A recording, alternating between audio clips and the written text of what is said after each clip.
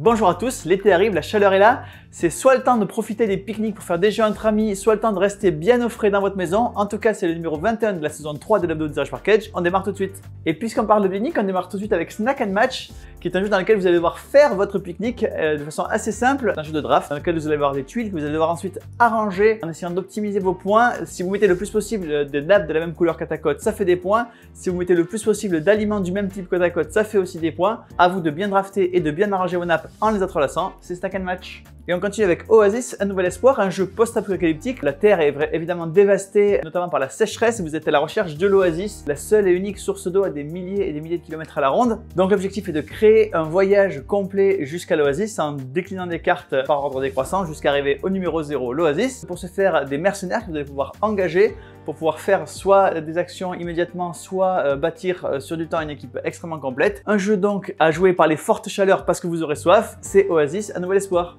Si vous avez soif, je vous propose d'orge et de blé. D'orge et de blé, c'est un jeu exclusivement à 2 joueurs, extrêmement stratégique. Vous allez devoir gérer vos ressources. Dans ce jeu, vous avez un système donc de ressources à récupérer et à stocker. Chaque carte que vous piochez peut avoir 3 effets différents. Soit un effet d'amélioration que vous allez avoir de façon permanente, soit des ressources que vous allez donc produire immédiatement et devoir stocker. Au contraire, c'est une recette et donc vous allez pouvoir utiliser vos ressources pour faire vos recettes et ça va vous rapporter évidemment de l'argent. Un jeu extrêmement tactique, vous allez devoir à la fois regarder ce que vous faites mais aussi ce que fait votre adversaire en année faste et en année creuse puisque les années s'alternent et parfois il y a des bonnes récoltes et parfois pas. C'est d'orge et de blé. Et on continue avec un jeu de Louis-Nicolas Dauzois qui s'appelle Roll and Bump. Roll and Bump, comme son nom l'indique, c'est un jeu avec des dés. Chaque joueur a des dés à sa couleur. Vous allez avoir 9 cartes disponibles devant vous sur la table. Chaque joueur va ensuite faire un lancer.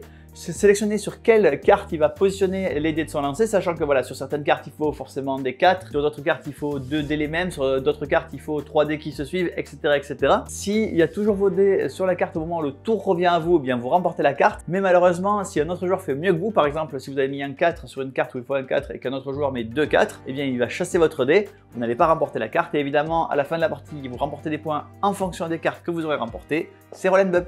Et on continue avec Dauphin, le 9e passager. Évidemment, comme vous voyez, le thème du jeu est assez foutraque. Vous êtes des cosmonautes dans l'espace, mais vous découvrez que l'un des astronautes est un dauphin sous couverture. Évidemment, il va falloir essayer de le démasquer et de le chasser du vaisseau, sachant qu'il y a 2 types de joueurs. Il y a les joueurs dauphinisés, donc dans lesquels il y a un ou plusieurs dauphins dans leurs mains.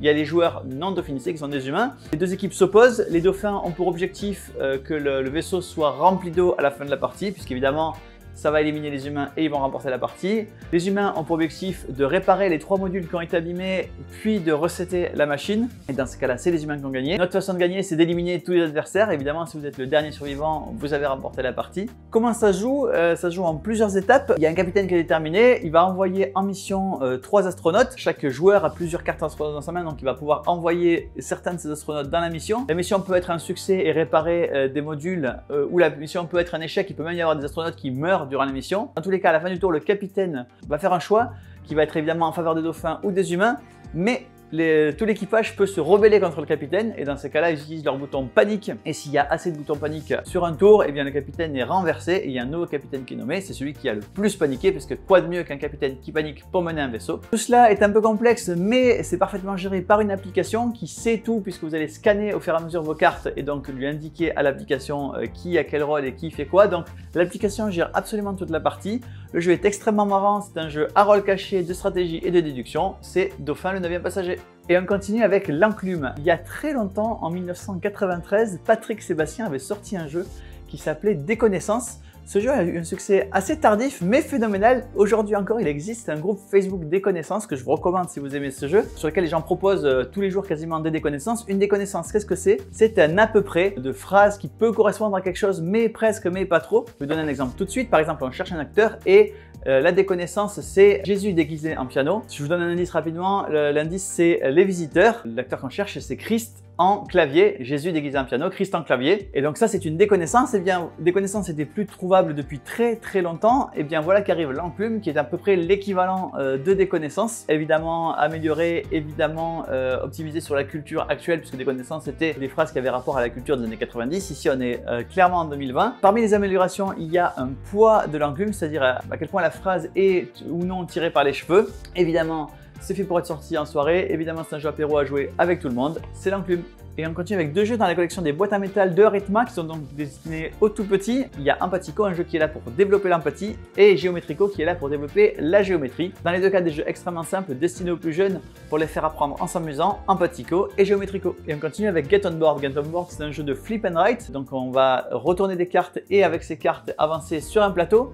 Ici, une nouvelle boîte parce que deux nouvelles villes, Paris et Rome. Deux nouvelles villes, ça veut dire deux nouveaux parcours. Ça veut dire aussi des nouveaux types de passagers. Évidemment, Paris et Rome, ce sont les villes des amoureux, donc il va y avoir les amoureux dans cette boîte. Un mode solo déjà inclus dans la boîte, c'est Get On Board, Paris et Rome. Et on continue avec Aligali Magic Twist. Alors Aligali, vous connaissez peut-être déjà, c'est un jeu extrêmement simple dans lequel tous les joueurs vont retourner chacun leur tour une carte. Quand ça fait 5, le premier à appuyer sur la cloche remporte le coup. Ici, il y a évidemment un twist puisque c'est le Aligali Magic Twist, puisqu'il va y avoir à la fois des couleurs et des objets évidemment magiques. C'est la nouvelle boîte dans la collection Aligali, Aligali Magic Twist. Vous connaissez peut-être déjà Unmatch. Unmatch, c'est ce jeu tactique d'affrontement à deux joueurs dans lequel vous prenez des personnages d'univers différents qui vont s'affronter les uns les autres. Ici, une nouvelle boîte qui se joue soit à deux évidemment tout seul, soit en combinaison avec les autres boîtes, avec dans la boîte Houdini et le génie, chaque personnage ayant évidemment ses caractéristiques. Houdini va passer par des passages secrets, le génie va avoir des tours boostés. Dans les deux cas, il y a la possibilité de faire des doubles attaques dans un même tour. C'est Unmatch, Houdini et le génie, et évidemment ça va rejoindre le PK Game Pack Unmatched. Il y a quelques temps déjà sortait la Guerre de l'Anneau. La Guerre de l'Anneau, c'est un jeu qui a eu un succès assez phénoménal. C'est le meilleur wargame de tous les temps selon le site BGG et tous ses utilisateurs, mais également voilà le 4e meilleur jeu thématique de tous les temps, le 9e meilleur jeu de tous les temps. Ce jeu est extrêmement lourd, je vais avoir du mal à le porter. Il y a pas mal de figurines, beaucoup de matériel, et il arrive maintenant dans une nouvelle version. C'est la version jeu de cartes.